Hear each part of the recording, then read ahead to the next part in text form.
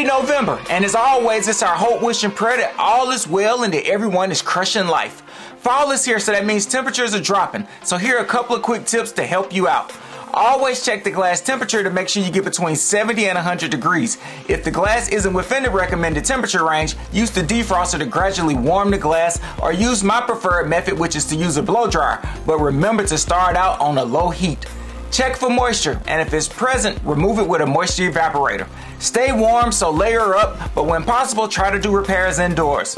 Since I mentioned checking for moisture and removing it, how about we hook y'all up with a moisture evaporator and a heat exchanger for 30% off. So it would be $119 for both items. That's an amazing deal and will be good until the end of the month.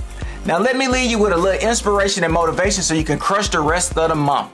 Don't think about what can happen in a month. Don't even think about what can happen in a year. Just focus on the 24 hours in front of you and do what you can do to get closer to where you want to be. So therefore, fall in love with the process and the results will come. Okay guys, we want to thank you so much for watching. Show some support and click that subscribe button.